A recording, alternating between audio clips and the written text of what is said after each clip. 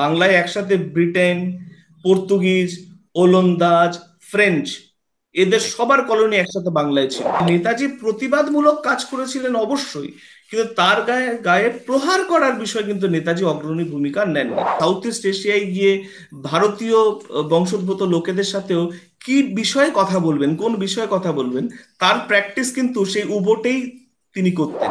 আজাদ হিন্দ ফৌজের একটা অদ্ভুত চরিত্র নেতাজি কিন্তু সেই সুরটা তিনি বেঁধে দিয়েছিলেন যে একটা ভারতবর্ষ কি রকম হতে পারে। তীর্থে গেছেন মানে কি তিনি সেই বৈরাগ্যের যে চিন্তাটা সেটি তার মধ্যে অবশ্যই তার মধ্যে ছিল। সব ভেদ और फर्क मिटा के गोद में तेरी आके गूंदे प्रेम प्रेम की माला। সুভাষ ব্রিগেড বলে একটি তৈরি করা হয়, সেটা হলো highly specialised guerrilla forces. What Netaji committed, উনি কমিটমেন্ট কি করেছিলেন যেদিন তিনি দায়িত্ব হুম। নিয়েছিলেন?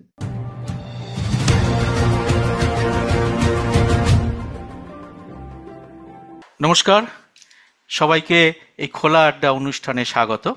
আজকে আমাদের খোলা আড্ডার একটি বিশেষ অনুষ্ঠান আমরা করছি এমন একটা দিনে, যে দিনটা বাঙালির খুব গর্বের দিন। কেননা এই দিনে বাঙালি জীবনের যিনি একজন মহানায়ক বলা যায়, বাঙালিদের একজন আইকন, এটি তার জন্মদিন। এবং সেই জন্মদিনে আমরা তাকে নিয়েই আজকের এই আলোচনাটা আমরা করব, এবং এটা তার প্রতি বাঙালিদের যে শ্রদ্ধাঞ্জলি, তার জন্যই এই আলোচনাটা আমরা তাকেই উৎসর্গ করা। এই আলোচনায় আজকে আমাদের সঙ্গে থাকছেন বোধিসত্ত্ব তরফদার। বোধিসত্ত্বকে আপনাদের সঙ্গে সঙ্গে আমি প্রথম আলাপ করিয়ে দিচ্ছি। বোধিসত্ত্ব, তোমাকে প্রথমে দর্শকদের পক্ষ থেকে স্বাগত। আমি দর্শকদের সুবিধার জন্য তোমার সম্পর্কে একটু বলে দিই। বোধিসত্ত্ব পেশায় ব্যাংকার, কিন্তু বোধিসত্ত্ব দীর্ঘদিন ধরে তার নেতাজির উপরে সে এক নাগাড়ে কাজ করে চলেছে। নেতাজি নিয়ে নানা রকম গবেষণা, নানা রকম তথ্যচিত্র, শর্ট তথ্যচিত্র নির্মাণ, একের পর এক প্রায় 5টা তথ্যচিত্র বোধহয় তুমি করে ফেলেছো এর মধ্যে, আমি যা দেখতে পাচ্ছি। এবং প্রচুর গবেষণামূলক কাজ, সেটা নেতাজির যে নর্থ ইস্টে তার যে যুদ্ধ, সেখানে তার উপরেও তার কাজ রয়েছে। এবং নেতাজি সম্পর্কে গভীরভাবে অধ্যয়ন যে তরুণ প্রজন্মের যে সমস্ত মানুষ এখন করছে কলকাতায় বাঙালিদের মধ্যে, আমার মনে হয় বোধিসত্ত্ব তরফদার তার মধ্যে অন্যতম। এবং সেই জন্য আমি বোধিসত্ত্বকে আমন্ত্রণ করেছিলাম আমাদের দর্শকদের সামনে নেতাজি সম্পর্কে একটা শ্রদ্ধাঞ্জলি জানানোর জন্য, এবং নেতাজির কিছু জীবনের অজানা দিক, এবং নেতাজিকে কেন আমরা আজকের দিনেও তিনি প্রাসঙ্গিক, এইটা বলার জন্যে। বোধিসত্ত্ব, আমি প্রথমেই, এটা আমাদের খোলা আড্ডা অনুষ্ঠান, এটা আমাদের আড্ডা, এটা কোনো সাক্ষাৎকার নয়, এটা কোনো প্রশ্ন উত্তর তর্ক বিতর্কর অনুষ্ঠান নয়। তো আমরা সেটা মেনটেন করি। তো সেই জন্য আমি প্রথমেই তোমার কাছে যেটা জানতে চাইবো, সেটা হচ্ছে যে নেতাজি তো আমাদের জীবনের আইকন, নেতাজির জীবনের নানা দিক নিয়ে সবসময় আলোচিত হয়। এবং আমরা যখন রাজ্যে তো বটেই, আমরা যখন দেশের দেশের বাইরে যখন যাই, তখন বাঙালি হিসেবে নেতাজির কথা উঠলে এবং তাদের যে শ্রদ্ধা, অন্যান্য রাজ্যের মানুষের, অন্যান্য দেশের মানুষের যারা জানেন নেতাজি সম্পর্কে, তার যে শ্রদ্ধা, তার একটা বড় কারণ তার বীরত্ব, তার সাহসিকতা, তার লড়াইয়ের যে মানসিকতা, তিনি লড়তে পারেন, তিনি যুদ্ধ করতে পারেন। বাঙালির যে একটা চিরচারিত যে বাঙালি সম্পর্কে মানুষের ধারণা, যে বাঙালি বোধহয় ভীতু, বাঙালি বোধহয় কাপুরুষ, বাঙালি সেরকমভাবে লড়তে পারে না, তো নেতাজি এই ধারণার একদম বিপরীত মেরুতে থাকেন। এবং আমরা খুব গর্ববোধ করি প্রত্যেকটা বাঙালি যখন, আমরা যখন বিদেশের দেশে যখন নেতাজির সম্পর্কে আলোচনা হয়। এমনকি আমার মিলিটারির প্রচুর বন্ধু বান্ধব এখনো যারা অবাঙালি, তারাও নেতাজি সম্পর্কে তারা যে ধারণা পোষণ করেন। তো সেই বীরত্বের, আমি যদি নেতাজির যে আইকনটা, এটা এটা যদি তুমি একটু, যদি আমার দর্শকদের প্রথম তুমি যদি একটু জানাও, সেই বীর নেতাজির কে দিয়েই আমরা আমাদের শ্রদ্ধার প্রথম জায়গাটা শুরু করি। সুব্রত দা, অনেক ধন্যবাদ আপনাকে এবং তোমাকেও ধন্যবাদ। আপনার এই হুম। প্ল্যাটফর্মের সকল দর্শকদের আমি অনেক অভিনন্দন জানাই, আহ, বিশেষ করে নেতাজি জন্ম জয়ন্তীর। এবং তাছাড়াও মানে I am really glad to be on your show. আর যে কথা আপনি বললেন যে বীরত্বের কথা, তা তো অবশ্যই নেতাজির মতো বীর আমাদের ভারতবর্ষ সত্যি পেয়েছে কিনা, এবং তিনি আমাদের সেই ভারতবর্ষের যে যে ক্ষত্রিয় সমাজ, যে কথা আমরা মহাভারত রামায়ণে শুনে এসেছি, তিনি সেই লেগেসি বহন করে এসেছেন। আর কিন্তু আরেকটা পয়েন্ট আমি, যেহেতু এটা আড্ডা, তো আমি একটা একটা পয়েন্ট আমি একটু অবজেক্টও করব। যে প্রথম কথা হচ্ছে যে বাঙালিকে ভীতু আমরা বাঙালিরাই বানিয়েছি। ঠিক। আর ঠিক। যদি আমরা এক্সাম্পলস দেখি এবং এই স্বাধীনতা সংগ্রামের নেতাজি সমসাময়িক বা তার ঠিক একটু আগের হ্যাঁ, কথাও হ্যাঁ, বলি, অবশ্যই।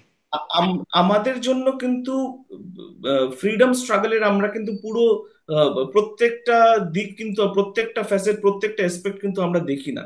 এটার কারণই হলো যে আমরা যদি রিয়েল সেন্সে যদি freedom struggle, by struggle we mean a fight, hmm, যদি এখন যদি আমরা সেই স্ট্রাগলেরই যদি আমরা ইফি মানে আমরা যদি দেখার চেষ্টা করি টেম্পল ফর স্যাক্রিফাইস, তাহলে সেই ক্ষেত্রে কিন্তু আমাদের যেতে হবে সেই সাগর পাড়ে, কালাপানিতে।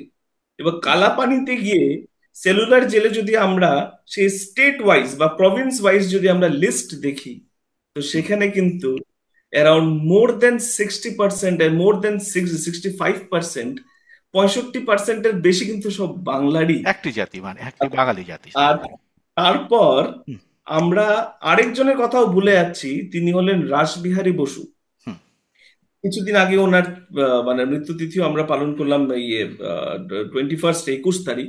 তো রাসবিহারী বসু সেই গাদার মুভমেন্টের সময় বিপ্লবী বসন্ত বিশ্বাসের সাথে উনি কিন্তু সেই আহ, দিল্লিতে লর্ড হার্ডিঞ্জের ওপর তিনি বোমা ছুড়েছিলেন। হুম, আর তারপর তিনি ব্রিটিশ পুলিশকে, ব্রিটিশ পুলিশের চোখে ধুলো দিয়ে তিনি কিন্তু সেই জাপানে যান। জাপানে গিয়ে আপনার এই আজাদ হিন্দ ফৌজ বা আমরা যেটা আইএনএ বলি, সেটা হুম, কিন্তু নেতাজির অধীনে সেই আইএনএ কিন্তু সেকেন্ড আইএনএ। হুম, প্রথম আইএনএ কিন্তু was formed by the Indian Independence League বা হুম, আইএলএল, এবং হুম। সেটা কিন্তু that was formed by Rashbehari Bose. আচ্ছা, রাসবিহারী ঠিক আছে, বসু। রেসপেক্টে আসলাম। হ্যাঁ। কিন্তু আপনার না, কথাটা এগুলো ঠিক। অজানা দিন, অজানা দিক। আমরা আমরা বীরত্বের কথা বলতে গেলে তো বাঙালির বীরত্বের বীর শেষ নেই। বাঙালির এত বীর শহীদ এক্স্যাক্টলি, যারা জীবন উৎসর্গ করেছে, সেই সূর্য সেন থেকে প্রীতিলতা থেকে, হ্যাঁ, আমি তো শেষ করা যাবে না।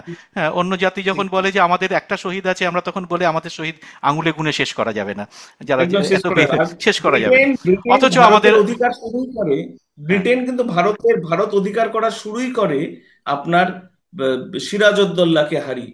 হ্যাঁ, তো সেক্ষেত্রে আমরা দেখবো যেদিন ওয়েন বেঙ্গল গট ডিফিটেড, হুম, সেই দিনই কিন্তু মানে মানে ইন্ডিয়ারও ফল শুরু হয়ে গেল। হুম, আর এর মধ্যে আরেকটা কথার প্রসঙ্গে যেরকম ওঠে, আরেকটা কথা, যেমন যেমন বাঙালি ভীতু যেই কথা বলা হয়, সেটা আরেকটা কথাও কিন্তু বলা হয়, যেটা আমিও শুনেছি অনেক জায়গায়। মানে ব্যাংকে চাকরির সুবাদে তো অনেক জায়গাতেই কাজ করতে হয়েছে বাংলার বাইরে। হুম। তো আরো অনেক কথাই শোনা যেমন কানে আসে, যে বাঙালিদের যেহেতু ব্রিটিশ অকুপেন্সি ছিল বাংলায়, তো তার জন্যই বাঙালিরা শিক্ষা বা অন্যান্য বিভিন্ন দিকে উন্নত। কিন্তু আমার প্রশ্নটা এখানেই, যে ব্রিটিশাররা অকুপাই অকুপাই কেন করেছিল? এবার এই হুগলি বা এই গঙ্গার তীরেই কিন্তু একসাথে বাংলার মধ্যে, বাংলায় একসাথে ব্রিটেন, পর্তুগিজ, ওলন্দাজ, ফ্রেঞ্চ, এদের ঠিক। সবার কলোনি একসাথে বাংলায় ছিল। হুম, সবার খালি একটাই প্রশ্ন, যে কে কতটা জায়গা অধিকার করে থাকবে। তবে কেন তারা সবাই মিলে বাংলায় অধিকার করার জন্য এলো? তার হুম। কারণই হলো এটাই ছিল সবচেয়ে প্রসপারাস জায়গা, এবং সবচেয়ে প্রসপারাস জায়গা থেকে ফ্রুটস নেওয়ার জন্য তারা সবাই এসেছিল। আর ব্রিটেন যখন বাংলার থেকে যখন রেভিনিউ রাইটস পায়, তারপরে সেই টাকা দিয়ে তারা প্রাইভেট ইনফ্যান্ট্রি আর্মি শুরু করে, যেটা আপনার ইস্ট ইন্ডিয়া আর্মি যেটা ছিল, এবং সেই বাংলার টাকার দৌলতেই রেস্ট অফ ইন্ডিয়া তারা দখল করে। তো আমরা আবার আপনার নেতাজিতে প্রসঙ্গ আসি। থেকে আমি সরে যাচ্ছি, সরি হ্যাঁ, ফর আমরা দ্যাট। আবার নেতাজিতে আসি। নেতাজির বীরত্বের একটা প্রথম ঘটনা আমরা সবাই জানি, সেটা হচ্ছে তার কলেজ জীবনে। সেটা যদি তুমি একটু একটু এক্সপ্লেন করো। তার কলেজ জীবনে তিনি তার শিক্ষকদের যে প্রতিবাদ করেছিলেন তার ইয়েতে, সেটা সেটা যদি তুমি একটু বলো। এখানে ওটেন ওটেন সাহেবের হোটেল অ্যাকচুয়ালি কথা সাহেবের আছে। ঘটনাটি। সেখানে হুম, ওটেন সাহেবের কথা যেটি হয়, যে এটার মধ্যেও কিন্তু দের ইজ এ পয়েন্ট। যে প্রথম কথা, একটি একটি সেকশন এই কথা বলে যে ওটেন সাহেব অনেকদিন ধরেই মানে প্ররোচনামূলক বা ভারত বিদ্বেষী কথা বলতেন। ভারত বিদ্বেষী কথা, সেই ধরনের তার পাঠ, সেই সেগুলো তিনি জারি রেখেছিলেন, এবং ওনাকে অনেকভাবেই কিন্তু ওয়ার্নিং দেওয়া হয়েছিল যেন তিনি একই জিনিস যেন কন্টিনিউ না করেন। এবং তারপর প্রহার করা হয় তাকে, এবং সেখানে বলা হয় যে নেতাজি সেটার কাণ্ডারি ছিলেন। কিন্তু এবার পয়েন্টটা হলো যে অনেকেই আবার বলেন যে নেতাজি নিজে প্রহার করেননি, কিন্তু এখানে কোনো ডাউট নেই যে সেই প্রতিবাদী মুখগুলো যে ছিল ওটেন সাহেবের ক্ষেত্রে, তাতে কিন্তু সেখানে কিন্তু নেতাজি একজন প্রমুখ মুখ অবশ্যই ছিলেন। এবং অনেকে আবার এই কথাও বলেন, বা গবেষণার কাজেও এটি এটি বেরিয়ে আসে, যে নেতাজি প্রতিবাদমূলক কাজ করেছিলেন অবশ্যই, কিন্তু তার গায়ে গায়ে প্রহার করার বিষয় কিন্তু নেতাজি অগ্রণী ভূমিকা নেননি। কিন্তু আবার এখানেও দেখেন বীরত্বের কথা যেখানে আসছে, এখানে আপনি দেখুন যে আলটিমেটলি কিন্তু স্যাক্রিফাইস করতে হলো কলেজের পজিশনটা কিন্তু নেতাজিকেই। এবং তিনি কিন্তু তার কলেজের পজিশন, প্রেসিডেন্সি কলেজে তার তাকে ওখান থেকে রাস্টিকেট করা হলো, এবং তিনি কিন্তু হুম। জেনারেল অ্যাসেম্বলিসে পরবর্তীকালে তিনি ওখান থেকে তিনি উম, আহ, তিনি দর্শনে তিনি গ্রাজুয়েশন তিনি করেন। করে। তো সেই জায়গা থেকে কিন্তু আমরা নেতাজির বিষয় কিন্তু আমরা দেখি। এবং সাহসিকতার কথা যে আপনি বলেন, আমি ছোট্ট করে আমি বলতে চাই যে প্রথম কোনো ভারতীয় মার্শাল তো ছেড়েই দিন, প্রথম কোনো মার্শাল তো বটেই, প্রথম কোনো ভারতীয় যিনি উবোট বা সেই সময় সাবমেরিনে হাফ অফ দ্য ওয়ার্ল্ড তিনি পার করে এসেছিলেন, আর তাও সেই সময় দ্বিতীয় বিশ্বযুদ্ধের সময়। তো সেটাও মানে এবং একটা তখনকার অবিশ্বাস্য। ডুবোজাহাজ মানে সাবমেরিন খুবই প্রযুক্তিগতভাবে অনেক পিছিয়ে ছিল। এখনকার অনেক পিছিয়ে ছিল, অনেক অনেক পিছিয়ে ছিল। অনেক ওনার বিপদ সাথে তার। আবিদ হ্যাঁ, হাসান হ্যাঁ, আবিদ ওনার হাসান সাথে ছিলেন। আবিদ হাসান ছিলেন, ওনার সাথে আবিদ হাসান ছিলেন। এবং এর স্টোরি মানে রিয়েল স্টোরি এরকম আছে যে আপনার, যে কোনো একটা সময় মানে অর্ডার ছিল, জার্মানদের অর্ডার দেওয়া ছিল যে জার্মান উবোট বা সাবমেরিন সেখানে যদি বিদে মানে শত্রু কোনো যদি জাহাজ যদি তারা দেখে, তাহলে সেখানে তারা টর্পিডো আক্রমণ তারা হ্যাঁ, করবে। ডেপথ চার্জ টর্পিডো করবে। মানে আপনার যে মানে মিসাইল, যেটা মানে ওয়াটার মিসাইল যেটা কি, সেই হ্যাঁ, টর্পিডো অ্যাটাক্স তারা করবে। এবার কথা হলো সেই ক্ষেত্রে এক জায়গায় অ্যাটাক হয়েছিল, কিন্তু ভুল করে উবোট বা সাবমেরিন সেটা মানে জলের স্তরের উপরে চলে আসে, এবং শত্রুর জাহাজ সেটা দেখে ফেলে। শত্রুর জাহাজও সেখানে পাল্টা আক্রমণ করে, এবং সেখানে সেই সময় একটা খুব একটা মানে খুবই একটা বিপজ্জনক পরিস্থিতি হয়েছিল। কিন্তু সেই সময় নেতাজি কি করতেন, নেতাজি অ্যাকচুয়ালি কি করতেন যে আবিদ হাসানকে তিনি বলতেন যে তিনি এবার যখন সাউথ ইস্ট এশিয়ায় যাচ্ছেন বা যাবেন, সেই সময় তিনি প্রাইম মিনিস্টার তোজো মানে জাপানিজ প্রাইম মিনিস্টার প্রিমিয়ার তোজোর সাথে কি ধরনের বার্তালাপ করবেন, বা সাউথ ইস্ট এশিয়ায় গিয়ে ভারতীয় বংশোদ্ভূত লোকেদের সাথেও কি বিষয়ে কথা বলবেন, কোন বিষয়ে কথা বলবেন, তার প্র্যাকটিস কিন্তু সেই উবোটেই তিনি করতেন। এবং সেই যে বিপদের কথা বললাম, সেই সময় যারা ক্রু মেম্বার্সরা ছিলেন তারা সেই সময় যথেষ্ট বিচলিত হয়ে গেছিলেন, এবং সে কনফ্রন্টেশন বা যুদ্ধ সেখানে চলছিল। কিন্তু নেতাজি কিন্তু আবিদ হাসানকে দিয়ে একটুকু বিচলিত না হয়ে তিনি কিন্তু আবিদ হাসানকে কনস্ট্যান্ট তিনি ডিকটেট করে গেছেন তার লেকচার। এবং সেই উবোটের যিনি ক্যাপ্টেন ছিলেন, তিনি এই ঘটনার পরে যখন স্থিতাবস্থা হলো, সকলকে তিনি ডেকেছিলেন এবং তিনি বলেছিলেন যে তার এই ভারতীয় অতিথি যে এক্সাম্পল সেট করেছে যে বিপদে কিভাবে অবিচল থাকা যায়, তা তার কাছ থেকে শেখার একজন তার কাছ থেকে শেখার একটি বিষয়। এবার আপনি নিজে এখানে দেখুন, এই ভারতীয় ব্যক্তি যিনি হয়তো সাবমেরিন কোনোদিন চোখেও দেখেননি, তো সেখানে তিনি সাবমেরিনে হাফ অফ দ্য ওয়ার্ল্ড তিনি মুভ করলেন প্রায় 3.5 মাসের মতো। তার সাথে একজনই ভারতীয় লোক আবিদ হাসান তার সঙ্গী তার সাথে আছেন। তারপর এই ধরনের বিপদও ঘটলো, কিন্তু তাতেও তিনি অবিচল। এর থেকে বড় সাহসিকতার এক্সাম্পল আর কি দিতে পারি আপনাকে? হ্যাঁ, এবং এমন একটা মানুষের কথা আমরা আলোচনা করছি যিনি সেইভাবে সামরিক প্রশিক্ষণ প্রাপ্ত নন, অথচ তিনি একটি আর্মির চিফ। তিনি লড়াই করছেন ব্রিটিশদের মতো একটা ভয়ঙ্কর শক্তিশালী একটি ইয়ের মধ্যে জন্যে, এবং তাতে তিনি তিনি নির্ভয়ে তিনি তার বিরুদ্ধে লড়াই করার জন্য তিনি তার সর্বস্ব দিচ্ছেন, তিনি সমস্ত কিছু উৎসর্গ করছেন, এবং দেশবাসীকে তিনি আহ্বান জানাচ্ছেন যে তোমরা আমাকে রক্ত দাও, আমি তোমাদের স্বাধীনতা দেব। হ্যাঁ, তো এইরকম জায়গা থেকেই তার বীরত্ব। নেতাজির বীরত্বের কথা বলতে গেলে আমাদের এই একটা অনুষ্ঠানে হবে না, অনেক অনুষ্ঠানে আমার মনে হয় বোধিসত্ত্ব তুমি একটু ছুঁয়ে গেলে, এবং তা থেকে আমরা এই জায়গাটা থেকে বীরত্বের যে নেতাজি, যে বীর আইকন, আমরা এবং বাঙালির যে বীর আইকন তো অনেক আছে, কিন্তু নেতাজির বীরত্বের একটা অন্য দিক আছে, একটা অন্য বিশেষত্ব আছে। আমরা বীর আইকনের কিছু কম কম নেই, আমরা বাঙালির ঘরে ঘরে বীর সৈনিক জন্মগ্রহণ করেছে, শুধু বলবো না করে, অতীতকাল কেন করেছে, এবং বাঙালির রক্তে বীরত্ব আছে। অতএব এই ধারণাটা তুমি যেটা প্রথমেই বললে, যে এই ধারণাটা প্রথমেই ভাঙা দরকার, যে বাঙালি বীর নয়, বাঙালি ভীতু। হ্যাঁ, বাঙালি প্রতিবাদী নয়। আমরা দ্বিতীয় ইয়েতে যদি যাই, এবার আলোচনার আমরা আমাদের আড্ডার যদি দ্বিতীয় জায়গাটা যাই, যেটা খুব গুরুত্বপূর্ণ, তুমি তোমার কথার মধ্যে থেকে বারবার আসছিল, যেটা হচ্ছে যে তিনি যখন সাবমেরিনে ঘুরছেন হাফ অফ দ্য ওয়ার্ল্ড, তখন তার পাশে রয়েছেন আবিদ হোসেন। তো নেতাজির সহচর দুপাশে যারা রয়েছেন, কখনো আবিদ হাসান, কখন শাহনওয়াজ খান। তো একটা অদ্ভুত আজাদ হিন্দ ফৌজের একটা অদ্ভুত চরিত্র নেতাজি কিন্তু সেই সুরটা তিনি বেঁধে দিয়েছিলেন, যে একটা ভারতবর্ষ কি রকম হতে পারে, ভারতবর্ষের চেহারাটা কি রকম হতে পারে, ভারতবর্ষের ধর্মনিরপেক্ষতার চরিত্র কি রকম হতে পারে, সম্প্রদায় সম্প্রদায়ের মধ্যে কি রকম ভালোবাসার সম্পর্ক হতে পারে, যারা প্রাণ দিতে পারে নেতাজির জন্য, আবিদ হাসান বাসান। তো সেই জায়গাটা তুমি যদি এবার আমাদের এই আড্ডার এই ধাপে, যে একটা নেতাজির ধর্মনিরপেক্ষতা এবং ভারতবর্ষ সম্পর্কে তার যে স্বপ্ন, তরুণের স্বপ্নই আমরা যদি বলি, তাহলে সেইটা যদি কি রকম, এটা যদি তুমি প্রথমে ধর্মনিরপেক্ষতা এবং তারপরে দেশের স্বপ্ন নিয়ে যদি একটু আলোচনা করো। আহ, নেতাজির মতো ক্যারেক্টার, নেতাজির মতো চরিত্র সত্যি, মানে তিনি, তার কথা যদি আমরা বলি, মনে হয় যেন তিনি সম্পূর্ণ ভারতবর্ষকে নিজেই নিজের মধ্যে ধারণ করে আছেন হুম বা ধারণ করেছিলেন, বা এখনো আমাদের মনে তো তিনি জীবিত রয়েছেনই তো। হুম আমার আমার মতে তিনি এখনো ধারণ করে রয়েছেন। হুম এবার ইন্ডিয়ান স্ট্রাগল বলে যে বইটি তিনি লিখেছেন, হুম। আহ, দু ধাপের জিনিস তিনি ঠিক। লিখেছিলেন, এবং এর অনেকটাই তিনি লিখেছেন ইউরোপে থাকা অবস্থায়। হুম। তো সেই ইন্ডিয়ান স্ট্রাগলে আমরা দেখি যে তিনি ভারতবর্ষের যে কল্পনা, ভারতবর্ষের মানে ভারতবর্ষের কনসেপ্টের যে তিনি চিন্তা স্বাধীন করেছেন। ভারতের যে কনসেপ্ট। এক্স্যাক্টলি, এক্স্যাক্টলি, সেখানে তিনি বলেছেন সমুদ্র হিমাচল, ওপরে আপনার হিমালয় রয়েছে, পর্বতমালা রয়েছে, নিচে আছে সমুদ্র।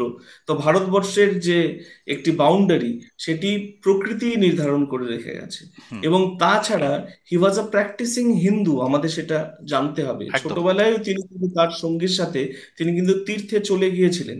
হুম তীর্থে গেছেন মানে কি, তিনি সেই বৈরাগ্যের যে চিন্তাটা, সেটি তার মধ্যে অবশ্যই তার মধ্যে ছিল। এবং এবং ইন্ডিয়ান স্ট্রাগলেও তিনি লিখেছেন যে কিভাবে তীর্থক্ষেত্রগুলো ভারতকে এক করে রেখেছে। ঠিক। ভারতের এক রিজনের লোকেরা আরেক রিজনে তীর্থের জন্য যায়। তো হুম এই কনসেপ্টটা ভারত এক হয়ে আছে। তো একটা সিভিলাইজেশনাল ভারতের যে কনসেপ্ট, সেটা তো তার মধ্যে ছিলই, কিন্তু আরেকটি জিনিসও তার মধ্যে ছিল, যে সকল ভারতীয় যে এক। এই যে আমরা একটা সিভিলাইজেশনাল একটা ভারতের কনসেপ্টের কথা বলছি, তার মধ্যে ভারতে যারা আছে, যে জাতি সম্প্রদায় ধর্ম যার কথাই বলেন, সবাই তাতে সামিল। এবং নেতাজির এই কর্মকাণ্ডে আমরা দেখেছি যে দেশমাতার সেবা ছাড়া নেতাজির মাথায় আর অন্য কোনো কিছু ছিলই না। হুম। যেই কনসেপ্ট, যেই আধ্যাত্ম যার কথাই আপনি বলেন, তার সবকিছুই ছিল দেশমাতাকে নিয়ে। ঠিক।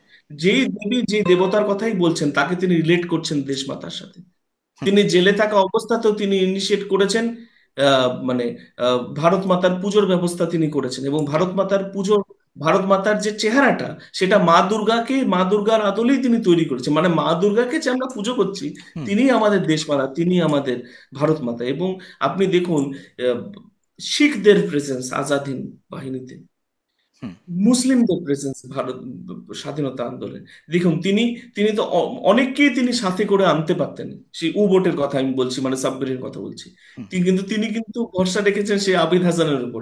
আবিদ হাসান সেই সময় অল্প বয়সী একজন স্টুডেন্ট, যে নাকি জার্মানিতে পড়াশোনা করতো, এবং সে আগে কংগ্রেসের সাথে যুক্ত ছিল। এর জন্যই নেতাজি যখন অরল্যান্ডো মাজোতা এই নামে যখন গিয়ে হাজির হলেন হুম আহ, আপনার জার্মানি, হুম তখন গিয়ে তিনি দেখা করতে এসেছেন অরল্যান্ডো মাজোতার সাথে। এসে তিনি যখন দেখলেন যে তিনি নেতাজি সুভাষ, তখনও তিনি নেতাজি হয়ে ওঠেননি, তিনি হুম সুভাষ চন্দ্র বসু, হুম এক্স প্রেসিডেন্ট কংগ্রেসের, তখন হুম তাকে চিনতে পারলেন। এবং তার সাথে ওখানে মিস্টার নাম্বিয়ারও ছিলেন। এবং নাম্বিয়ারকে তিনি ইন্ডিয়ান লেজেন্ড, যেটা তিনি তিনি ওখানে গঠন করেছিলেন নেতাজি সুভাষচন্দ্র বসু, তার দায়িত্বে নাম্বিয়ারকে দিলেন। হি ওয়াজ আ ব্রাহ্মণ, তাকে হুম দিলেন সে ওখানকার দায়িত্ব। হুম। না মুসলিম, যিনি হলেন আবেদ হাসান, তাকে তিনি সাথে করে নিয়ে এলেন সেই উবোটে। এবার এই যে এমনকি জয় হিন্দ যে স্যালুটেশনটা যেটা আমরা বলি, হুম। জয় হিন্দ স্যালুটেশনও কিন্তু সে আবেদ হাসানের সাথে আলোচনার মাধ্যমেই তৈরি হয়েছিল। যেটা আমাদের কারণ দেশে এখন, মানে আমিও প্রত্যেকটা অনুষ্ঠানের শেষে জয় হিন্দ বলি, জয় জয় হিন্দ। হিন্দ। এক্স্যাক্টলি, হ্যাঁ এক্স্যাক্টলি, এটা।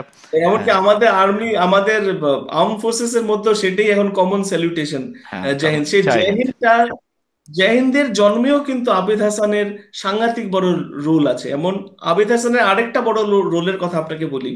নেতাজি সুভাষচন্দ্র বসু কিন্তু আহ, গুরুদেব রবীন্দ্রনাথ ঠাকুরের যে জনগণ মন, যেটি আমাদের বর্তমান ন্যাশনাল অ্যান্থেম, হুম সেটার আদলেই তিনি আবিদ হাসান এবং মুমতাজ হোসেন এই দুজনকে দায়িত্ব দিয়েছিলেন যে এই জনগণ মনর কনসেপ্টকে, এটাকে এক্সট্রাক্ট করে নিয়ে হিন্দুস্তানিতে, কারণ যেহেতু ওটা সংস্কৃতাইজড বাংলায় ছিল, হুম তো এটাই হিন্দুস্তানিতে, সো দ্যাট কমন লোক যেন, সাধারণ লোকে যেন বুঝতে পারে, সেভাবে তোমরা হিন্দুস্তানিতে তোমরা এটাকে কনভার্ট করো। এবং ওখানে দেখবেন একটি লাইন লেখা আছে, সব ভেদ और फर्क मिटा मिटा के गोद में तेरी आके गूंदे प्रेम प्रेम की माला। এই লাইনের মধ্যে কিন্তু সেই নেতাজির যে কনসেপ্ট, নেতাজি যার কথা বলেছেন, সব ভেদ আর ফার্ক মিটাকে, এখানে দেখুন ভেদ সংস্কৃতাইজড হিন্দি, হুম। এবং ফার্ক যেটি আপনার হলো ফার্সি।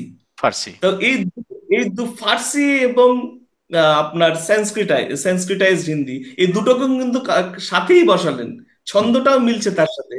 ভেদ और फर्क मिटाके गोद में तेरी आके গুঁদে প্রেম কি মালা, এই গুঁদে প্রেম কি মালা, যে এই মালার মধ্যে যতগুলো পুঁতি রয়েছে সেগুলো কিন্তু সব, যত জাতি ধর্ম বর্ণ নির্বিশেষে সকলকে একসাথে নিয়ে। ঠিক। তাছাড়া আমি বলি, আজাদিন ফৌজের মধ্যে বেশিরভাগ ছিল শিখ রেজিমেন্টের লোক, মানে ভারতীয় আর্ম ফোর্সেস শিখ রেজিমেন্ট, তো শিখ লোকেরা প্রচুর ছিলেন।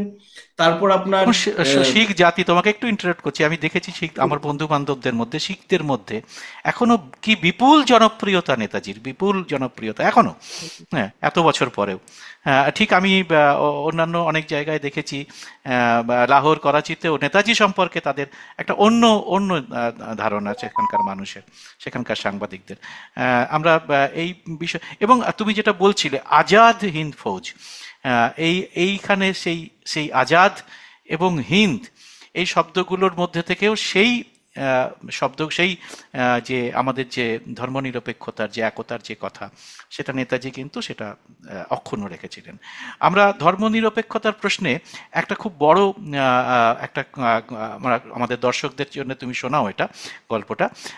সেটা হচ্ছে যে তিনি আজাদ হিন্দ ফৌজে যারা ফৌজি ছিলেন, যারা বিপ্লবী ছিলেন, সেই অর্থে যারা তারা যোদ্ধা ছিলেন, তাদের কিছু নিয়ম নীতি বেঁধে দিয়েছিলেন নেতাজি, তাদের খাবার জন্য, লঙ্গরের জন্য। সেগুলো তুমি যদি, তা থেকে ধর্মনিরপেক্ষতার কি চরিত্র আমাদের দেশের, যদি ছোট্ট একটা মিনি ফর্ম ধরো আজাদিন ফৌজকে, হ্যাঁ, তাহলে কিরকম তুমি দেখতে পাচ্ছ সেই গল্প যে। আমি তার আগে দাদা একটি একটি ছোট্ট প্রসঙ্গ আমি তুলে ধরি, যে হ্যাঁ, বলো। আজাদিন ফৌজে বেসিক্যালি সৈন্যরা কারা ছিলেন, হ্যাঁ, এটাও কিন্তু একটা প্রশ্ন হ্যাঁ, আছে। হ্যাঁ। এবার কনসেপ্টটা ছিল এটাই, যে নেতাজি, এবং এর আগের থেকে আমি বলি, এটা প্রথম বিশ্বযুদ্ধ থেকেই, হুম। প্রথম বিশ্বযুদ্ধের সময় গাদার পার্টি যেটি তৈরি হয়েছিল, যার প্রমুখ নেতা ছিলেন আপনার এই রাসবিহারী বসু, তখন হুম। থেকে একটা কনসেপ্ট ছিল যে আমরা, ব্রিটিশাররা কিন্তু আমাদের আহ, দাস করে রাখিনি, আমরা নিজেরাই নিজেদের তাদের কাছে সঁপে দিয়েছি। ঠিক। কারণ ব্রিটিশাররা কোনো সময় 50,000 বা 1 লাখের বেশি ছিলেন না। ঠিক। তারা স্কটিশরা, মানে স্কটরা এবং আইরিশরা, হুম। তারাও কিন্তু তাদের গোলামি ছিলেন। এবং হুম। বেশিরভাগ সময় আমাদের যাদেরকে দিয়ে শাসন করিয়েছেন, এই স্কটিশ, আইরিশ, এদেরকে দিয়ে শাসন করিয়েছেন, বা আমরা কালো চামড়ার লোকেরা আমরাই আমরাই তাদের আমাদের হয়ে কাজ। শাসন করেছি, হ্যাঁ। এবার ব্রিটিশ ইন্ডিয়ান আর্মিতে যে ভারতীয় সৈন্যরা ছিল, এত এত ভারতীয় সৈন্যরা ছিল, এবং তারাই যদি ব্রিটিশদের খেলাফ হয়ে যায়, তবে কিন্তু আমাদের ব্রিটিশদের ভারতের থেকে তাড়িয়ে দেওয়া খুবই সহজ হবে। এই কনসেপ্ট নিয়ে দ্বিতীয় বিশ্বযুদ্ধের সময়ই এই বিষয়টা উঠে উঠে এসেছিল, যে যারা ব্রিটেনের হয়ে লড়াই করছেন, তারা যদি এবার ভারতের স্বাধীনতার জন্য ব্রিটেনের এগেনস্টে লড়াই করেন, তবে আমাদের, মানে খুব সহজেই আমরা সেই স্বাধীনতাটা মানে অর্জন করতে পারি দ্বিতীয় বিশ্বযুদ্ধের এই ক্রাইসিসের মধ্যে। এবার তার মানে, যে জাপানে এবং জার্মানিতে, আফ্রিকার বিভিন্ন জায়গায় ব্রিটিশ ভারতীয় আর্মির যে ভারতীয় সৈন্যদের অ্যারেস্ট করা হয়েছিল, তারা যুদ্ধবন্দী ছিল, তাদেরকে এই প্রপোজাল দেওয়া হয় যে তোমরা এবার ব্রিটেনের এগেনস্টে লড়াই করো। হ্যাঁ, এবার পয়েন্টটা হলো যে আমরা দেখছি যে ব্রিটিশ ভারতীয় আর্মিতে বিভিন্ন রেজিমেন্টস রয়েছে, তাও সেগুলো হচ্ছে জাতি বা এথনিসিটির উপর বেস করে। এবং সেখানেও জাতিগতভাবে কিন্তু মানে খাওয়ার, আপনার কিচেন সব আলাদা আলাদা ছিল। ঠিক। আহ, সব এই ধরনের জাতিগতভাবে ভাগ করা ছিল। হুম। কারণ ব্রিটিশরা তো আপনার ডিভাইড অ্যান্ড রুলের বেসিসেই শাসনটা করতো। হুম। কিন্তু নেতাজির যে কনসেপ্ট আমরা যেটা দেখি, ওখানে কিন্তু প্রথমেই একটা কথা হলো যে এক লঙ্গরে সব খাওয়া হবে, খুব কোনো গুরুত্বপূর্ণ, এটা একটা জাতিগতভাবে। সবিস্তার বলো, তুমি একটু সবিস্তার বলো, আমার খুব শুনতে ইচ্ছে করছে, সবিস্তার বলো। আচ্ছা আচ্ছা, এটা যেমন দেখুন, আমরা আহ, 3টে ডিভিশন ছিল আজাদ হিন্দ ফৌজের বা ইন্ডিয়ান ন্যাশনাল আর্মি। হুম। ওখানে ব্রিগেডস গুলো যদি ছিল, ব্রিগেডের নাম যদি আপনি দেখেন, হুম। আজাদ ব্রিগেড, নেহেরু ব্রিগেড এবং গান্ধী ব্রিগেড। গান্ধী ব্রিগেড, হ্যাঁ। আবার সেখানে আপনার সুভাষ ব্রিগেড বলে একটি তৈরি করা হয়, সেটা হলো হাইলি স্পেশালাইজড গেরিলা ফোর্সেস। হুম। মানে এই রেজিমেন্ট এই মানে ইসের থেকে এই ব্রিগেড গুলোর মধ্যে যারা হাইলি ট্রেন্ড হাইলি এক্সপার্টাইজড যারা আছে গ্যারিলা অ্যাটাকস এর জন্য, তাদেরকে নিয়ে আবার আলাদা করে সুভাষ ব্রিগেড তৈরি করা হলো। এবার কথা হলো যে ফার্স্ট টাইমে যেটা অলরেডি তৈরি ছিল নেতাজির দায়িত্ব নেওয়ার আগে, তখন থেকে কিন্তু এই আজাদ ব্রিগেড, গান্ধী ব্রিগেড এবং নেহেরু ব্রিগেড উপস্থিত ছিল। নেতাজি যখন জয়েন করলেন, তিনিও কিন্তু নাম চেঞ্জ করেননি, তিনি হুম। সেম একই নামকে কিন্তু তিনি রেখেছেন। এবং ওখানে দেখুন, ওখানে কোনো শিখ রেজিমেন্ট নেই, ছিল না। ওখানে কোনো কুমাউনি রেজিমেন্ট ছিল না, বম্বে স্যাপার্স মাদ্রাস স্যাপার্স ছিল না, ওখানে কোনো আপনার রাজপুতানা রাইফেলস ছিল না। সকলকে নিয়ে, বা সাউথ ইন্ডিয়ানদের আলাদা রেজিমেন্ট ছিল না, নিয়ে সকলকে নিয়ে ভাগ করা হয়েছিল এই নেম ওয়াইজ রেজিমেন্টস গুলো, হুম। জাতিগতভাবে নয়, নামের হিসেবে। হুম। এবং সেই লঙ্গরে রান্না হতো সবার জন্য একই লঙ্গরে রান্না। যেই লঙ্গরে শিখ খাচ্ছে সেই লঙ্গরেই হিন্দু ব্রাহ্মণ খাচ্ছে, সেই লঙ্গরেই মুসলমান খাচ্ছে। এবং নেতাজি নিজেও পার্টিসিপেট করেছেন বিভিন্ন এটা খুব ভয়ঙ্কর সাফারে। বড় ব্যাপার। আমি এখনো পর্যন্ত দেখেছি, আমি দীর্ঘদিন বিহারে কাজ করেছি আমার সাংবাদিকতা জীবনে, যেখানে পুলিশ ব্যারাকে জাতের ভিত্তিতে আলাদা আলাদা কিচেন, মানে ব্রাহ্মণদের সঙ্গে নিচু জাত হয়ে গেলে তারা খায় না। তো এরকম নিয়ে আমরা আমরা দেখেছি এবং খবর করেছি যে ওখানে যারা পান্ডেজি, মিশ্রাজি, তারা আলাদা কিচেন আছে। তো সেখানে সেই রকম একটা জায়গা এতদিন আগে তিনি এরকম একটা ভাবনা ভাবতে পেরেছিলেন যে লঙ্গরে সবাই খাবে, এক এক রান্না, এক খাবার। সেটা শুধু হিন্দুদের জাত ইয়ে ছাড়াও মুসলমান, শিখ, অন্য যারা সম্প্রদায় তারাও সেখানে থাকবে এবং খাবে। তো এটা একটা কিন্তু অদ্ভুত, আমার মনে হয়েছে যে এটা একটা খুব তারপর বড়। নেতাজি নেতাজি তাদের কি কি কথা দিয়েছেন আমরা এটাও দেখি। দেখুন, আমরা যদি আর্মির চাকরিও যদি কাউকে দেই, সেখানেও তো আমাদের কিছু কমিটমেন্টস আছে, ঠিক। এমপ্লয়ার কি দেবে। বাট হোয়াট নেতাজি কমিটেড, উনি কমিটমেন্ট কি করেছিলেন যেদিন তিনি দায়িত্ব হুম। নিয়েছিলেন? নেতাজি বলেছিলেন, आपकी राह में आएगी भूख प्यास तकलीफे। হুম। নেতাজি তাদের কথা দিয়েছেন যে ক্ষুধা, তৃষ্ণা এবং তাকলিফ, এই তিনটে জিনিস আপনাকে আমি কথা দিতে পারি। হুম। কিন্তু এইটুকু এটা ঠিক যে শেষে জয় আমাদেরই হবে। আপনি চিন্তা করুন, এদের না পরনের কোনো কিছু ঠিক ছিল, মানে কি, মানে আপনার এই গানস, আপনার অ্যামিউনেশনস, আর্মস অ্যান্ড অ্যামিউনেশনস, কি অস্ত্রাদি কি পাবেন সেটার কোনো গ্যারেন্টি ছিল না। They were getting pocket money. ওনারা শুধু pocket money, they were fighting for pocket money. They না, they were fighting with pocket money. Actually they were fighting for the liberation of India. এবার আপনি দেখুন, একটি রেভলিউশনারি আর্মি, তারা শুধু তাদের সবচেয়ে বড় ট্রেজার ছিল তাদের নেতা। কোন আর্মিকে আপনি এইভাবে, একটি রেভলিউশনারি আর্মি আজাদিন ফৌজের মার্চ যদি আজকেও আপনি যদি দেখেন সাউথ ইস্ট এশিয়ায়, তারা মার্চ করে চলেছে এবং হাতে তাদের নেতার ছবি। এই ধরনের দৃশ্য হয়তো পৃথিবী আর কোনোদিনও দেখেনি, দেখবেও না। একের পর এক দেশে তিনি যখন গেছেন এবং ভারতের স্বাধীনতার জন্য টাকা তুলতে গেছেন, মানুষ সর্বস্ব তার হাতে তুলে দিয়েছে। সমস্ত ভারতীয় যারা প্রবাসী তারা থাকেন, এরকম দু একটা যদি তুমি আমাদের ছোট্ট, আমাদের সময় প্রায় শেষ হয়ে এসছে, আমার হুম। নোটিফিকেশন এসে গেছে, যদি একটু ছোট্ট এরকম যে কি হ্যাঁ, কত ছোট্ট ছোট্ট করে ভালোবাসতেন বলছি। মানুষ, খুব কত ভালোবাসতেন তাকে। হুম। একটু। প্রথম কথা হলো, নেতাজি আপনাকে আপনাকে এবং আপনাদের দর্শকদেরও নিশ্চিন্ত করে বলি, নেতাজি কিন্তু আমাদের মাথায় জাপানের কোনো ঋণ রেখে যাননি। হুম। যা আমরা ট্রেজার, ভারতীয় বংশোদ্ভূত লোকেরা যা দান দক্ষিণা দিয়েছিলেন সেই সময় আজাদিন ব্যাংকে, নেতাজি ব্যাংকও তৈরি করেছিলেন, সর্বস্ব দিয়ে আমরা দিয়েছিলেন। হুম। জাপানকে আমরা সেটা রিটার্ন করতে পেরেছি। এবং অল উইমেন রেজিমেন্ট, যেটি আপনার রানী ঝাঁসি রেজিমেন্ট, হুম। ভারত ভারতবর্ষে নয়, সারা বিশ্বে প্রথম এক্সাম্পল এরকম যেটি ফর্মাল অল উইমেন রেজিমেন্ট তৈরি করা হয়েছিল। এবং সেটায়, সেক্ষেত্রে সেটার গঠনে কিন্তু জাপান সেই সময় প্রতিবাদও জানায় যে আমাদের কালচারে কিন্তু এই জিনিস নেই যে মহিলারা যুদ্ধ করতে হবে। নেতাজি তখন বারবার তাদের বলেছেন, বুঝে রাখো এইটুকুই যে তোমরা আমাদের এলাই, দিস ফাইট ইজ আর্স। আর আমাদের হিস্ট্রিতে আছে যে মহিলারাও তরবারি নিয়ে যুদ্ধ করেন। তো হুম। তোমাদের এর এর ফান্ডিং করতে হবে না। So from the very beginning Rani ঝাঁসি রেজিমেন্টের ফান্ডিং কিন্তু আজাদ হিন্দের ফান্ডেই হয়েছে। নেতাজি যেখানেই গেছেন সেখানেই নেতাজি নেতাজির কথায় উদ্বুদ্ধ হয়ে এমন ভারতীয় বংশোদ্ভূত লোকেরা যারা কোনোদিনও ভারতবর্ষ দেখেনি, তারাও ভারতবর্ষের জন্য জান দেওয়ার জন্য এবং প্রাণ দিতে এবং তাদের সকল যা কিছু ছিল তাদের কাছে সম্পদ সবকিছু দিতে একটু তো ইতস্তত বোধ করেননি। এমনকি মহিলারা পর্যন্ত আজাদিন ফৌজে জয়েন করার জন্য তারা তাদের বয়স কম করে পর্যন্ত রেজিস্ট্রেশন করিয়েছে, যেন তার অ্যাডমিশন হয়, তাদেরকে যেন নেওয়া হয়। এবং সাথে যা ছিল, সাথে সম্পত্তি যা ছিল, এমনকি বাড়ির থেকে নিয়ে এসেও তারা এসে দিয়েছে। মানে একজন ভদ্রলোকের একটা ছোট্ট এক্সাম্পল দিই, যে তার কাছে শুধু এক জোড়া বলদ ছিল বা গরু ছিল সাথে, সেটাও পর্যন্ত আজাদিন ফৌজকে, আজাদিন ব্যাংক। নেতাজির নামে তারা আজাদিনকে তারা আহ, দান দিয়েছে, যেন কিছু হলেও যেন তারা মদত করতে পারে। চমৎকার। তুমি এরকম আলোচনা শেষ হবে না, আমরা দর্শকরা বুঝতেই পাচ্ছেন। অজস্র গল্প, অজস্র নানা রকম তার কাহিনী আছে এই মানুষটি সম্পর্কে, যে মানুষটিকে শ্রদ্ধা জানাতে গেলে আমাদের গঙ্গা জলে গঙ্গা পুজো করা ছাড়া কোনো উপায় নেই। তো আমরা সেই চেষ্টাটাই করলাম খুব অল্প সময়ের মধ্যে, এবং বোধিসত্ত্ব এইটুকু সময়ের মধ্যে অনেক নতুন তথ্য আপনারা, যে আমি নিজেই অনেক ওর কাছ থেকে তথ্য পেয়ে সমৃদ্ধ হলাম। আপনারাও নিশ্চয়ই যারা এই অনুষ্ঠানটা দেখছেন আজকের এই বিশেষ দিনে, তারা নিশ্চয়ই মনে করবেন যে এ সম্পর্কে আরও জানা দরকার, এবং এরকম একটা মানুষের কাছ থেকে আমাদের উদ্বুদ্ধ হওয়া ছাড়া আর কিন্তু দ্বিতীয় কোনো জায়গা নেই। আমাদের সেই বীরত্ব, আমাদের সেই ধর্মনিরপেক্ষতা এবং মানুষের প্রতি ভালোবাসা, দেশের প্রতি তার সর্বস্ব দিয়ে দেওয়ার যে আকুতি, সেইটা কিন্তু আমাদের কাছে, প্রতিটা মানুষের কাছে কিন্তু আজও দেশ কিন্তু প্রত্যাশা করে। আমার মনে হয় যে আমরা এতটুকু এই ছোট্ট সময় এই মানুষটির বিশালতাকে মাপতে পারবো না।